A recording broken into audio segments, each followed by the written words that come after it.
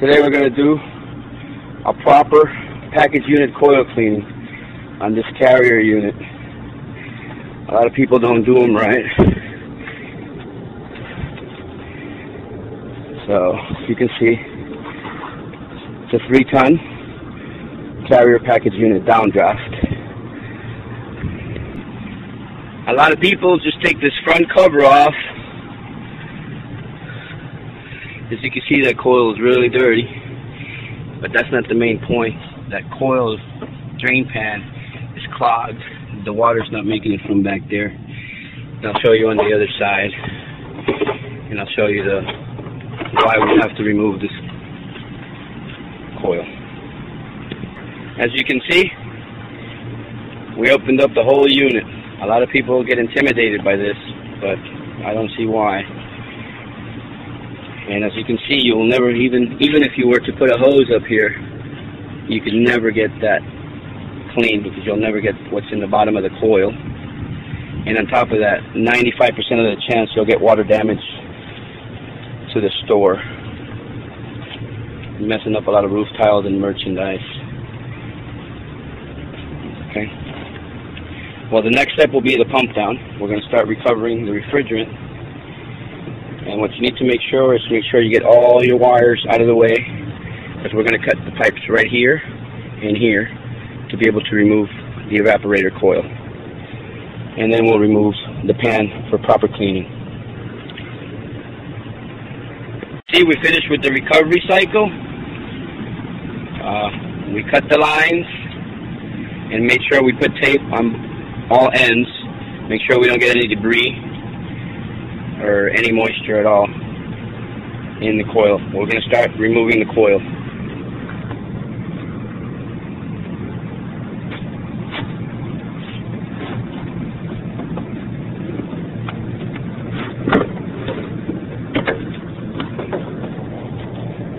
So you can see the coil's out.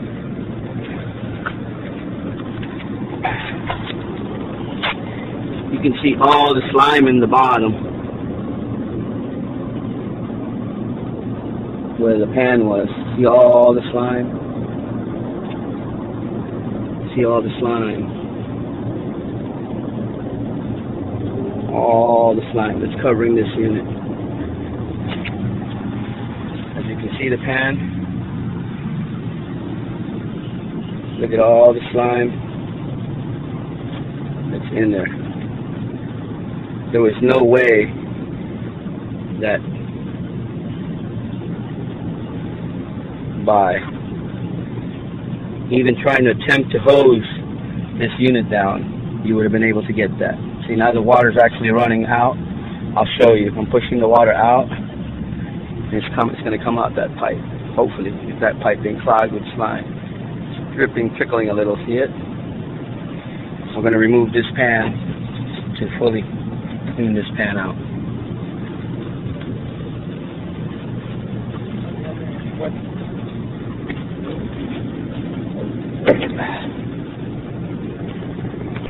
Right now we're getting ready to remove this plate here so we can remove the pan without tipping it over and getting all that slime onto the unit.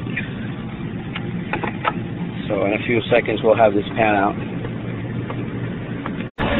Okay, we're down getting ready to start prepping this coil. We got lucky.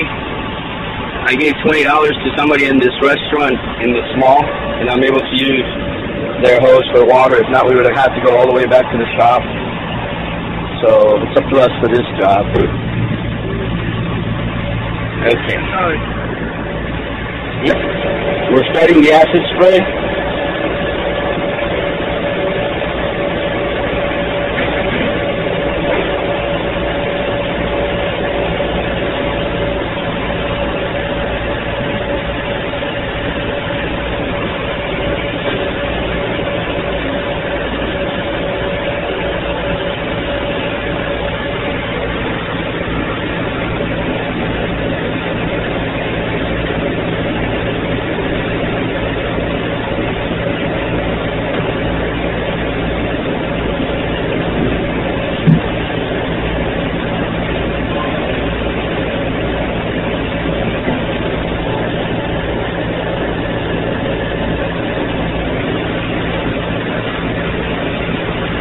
As you can see, it's foaming everything out. I'm going to turn it around to get the other side. Dale la vuelta.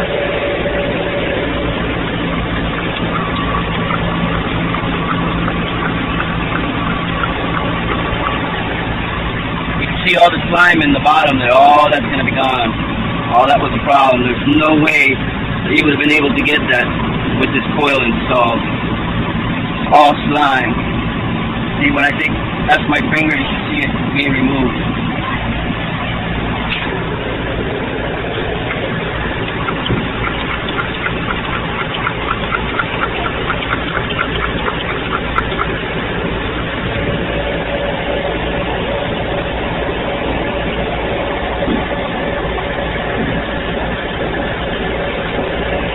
Oh, te hizo la bandeja.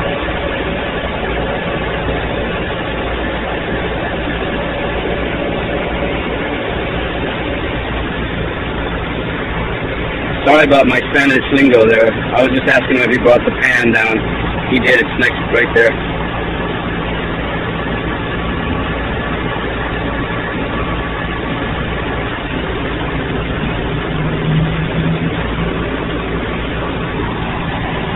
You can see the acid right away starting to work on that slimed area.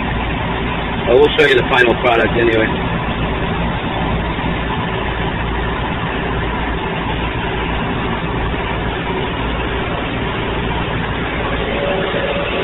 We're starting the hose down.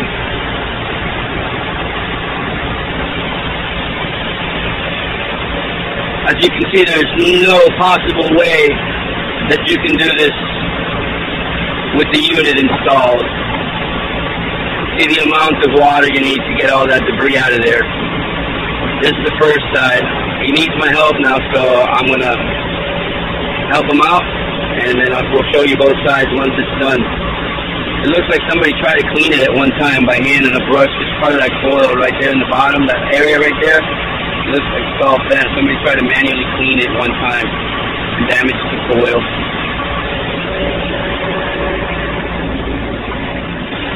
This is the other side.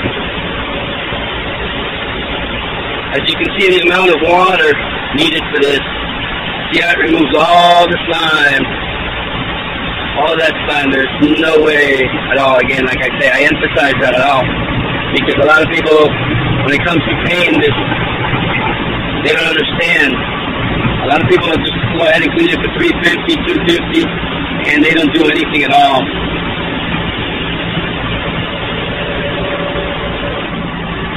I flipped it right side up to get the part that's actually next to the pan to get rid of all that slime. Like I can't say again, emphasizing, there's no way to get that clean unless you remove the coil. As you can see the pan, again, emphasizing there's no way to get that clean like that. Well, as you can see, the coil is clean. But like I said, somebody tried to clean it before annually. They damaged that area right there. That's what happens when you try to do them that way also. Look at the back side. All nice and clean. Up and down.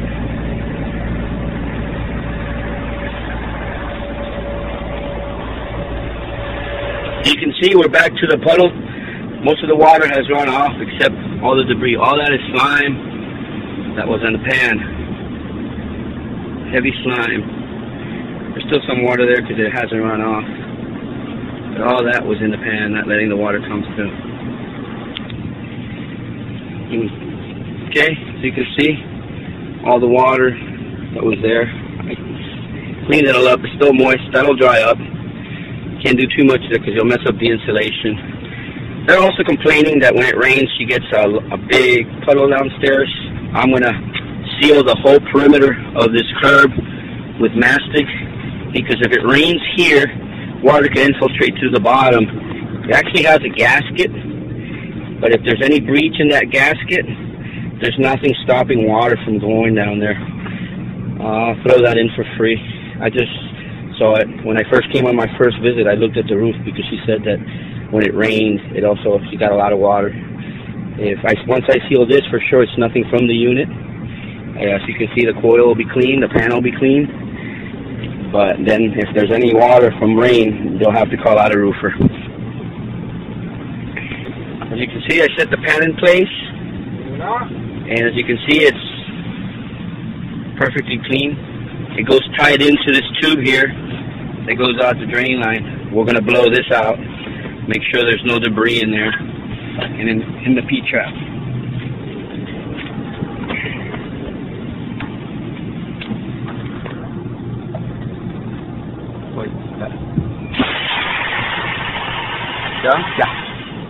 Yeah. Squirted out a whole bunch. Look how it went on the wall. Over there, all that was in that pipe.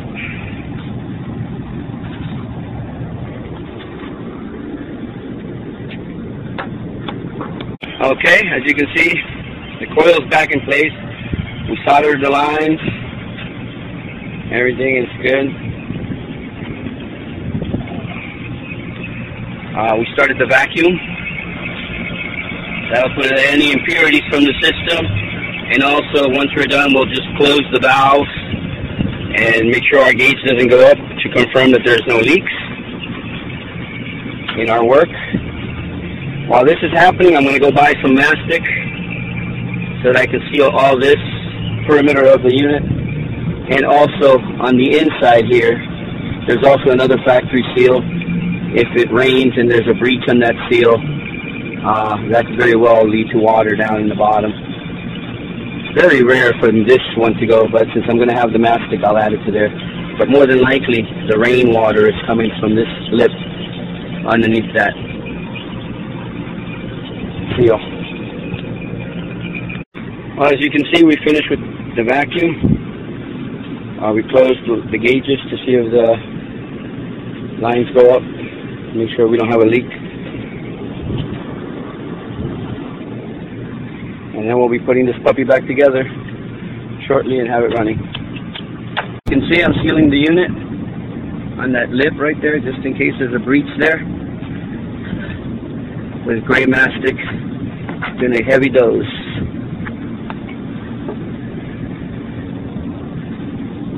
Okay.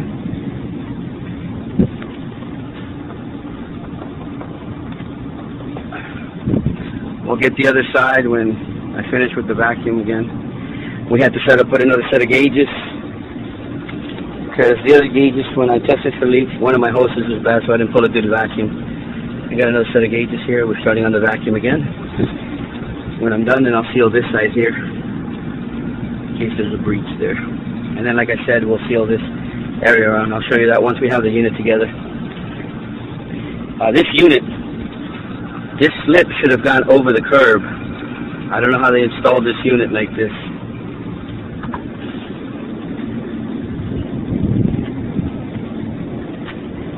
They did all of them like that.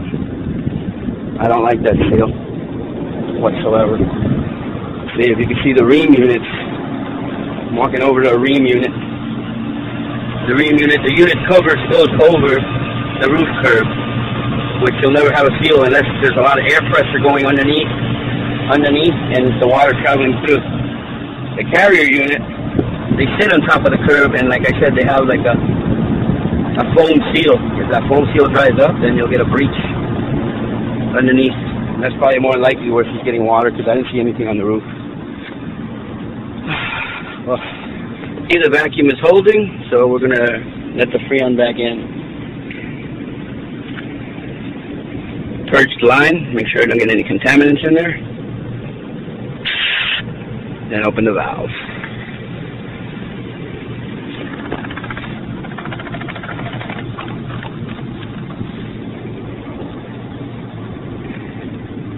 And we're going to start assembly right now.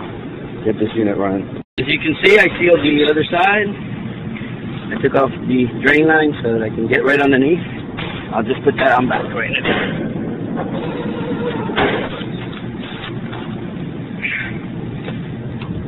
Okay, drain line back in place, and we're sealed.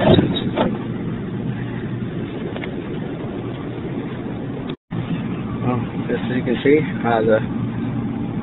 the seal there, it's making a seal with mastic all around the unit.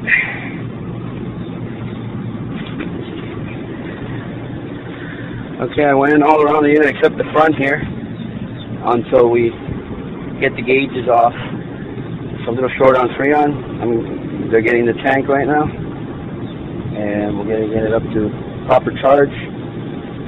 Close this lid up and finish sealing it up, and this will be another job completed. Alright, we had to take this cover off here that was already sealed because the blower didn't come on. The unit was icing up as I was doing the charge. One of the wires should look like this one here. I don't know if you can see it very well. Has those little ears. Oh, that one doesn't have them. I'll show you when we cut it off.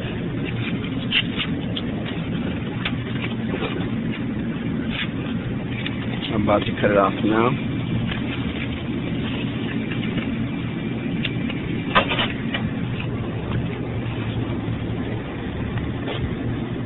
See, it's missing the little ears. It's hard to focus here. But we're thorough though. We'll get it running in a minute. I'm resealing the cover that we had to take off to figure out why the blower wasn't coming on. And unfortunately, those are the unforeseens that we can't leave until the unit is properly running. Okay, finally, I'm going to seal the last portion of the unit.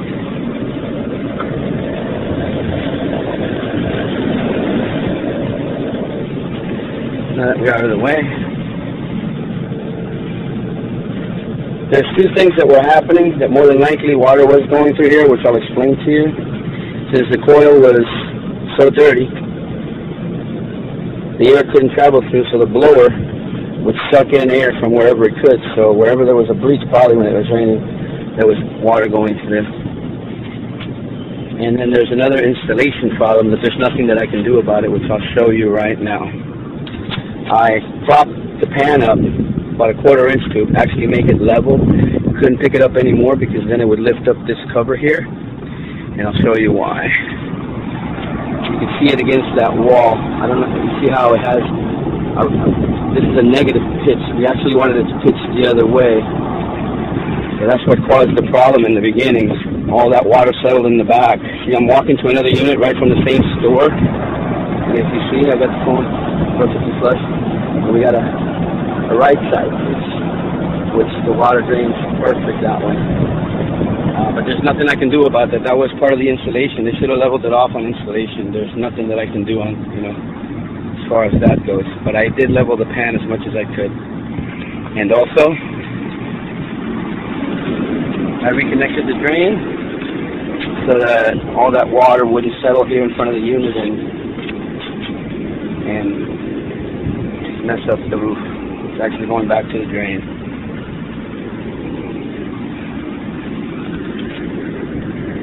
Alright, we're bringing everything down now. Between 6 hours of travel time and 5 hours of work, that's 11 hours of work on something like this. So I hope our clients appreciate the work that we do, and hopefully they understand their unfortunate expense that they have to do.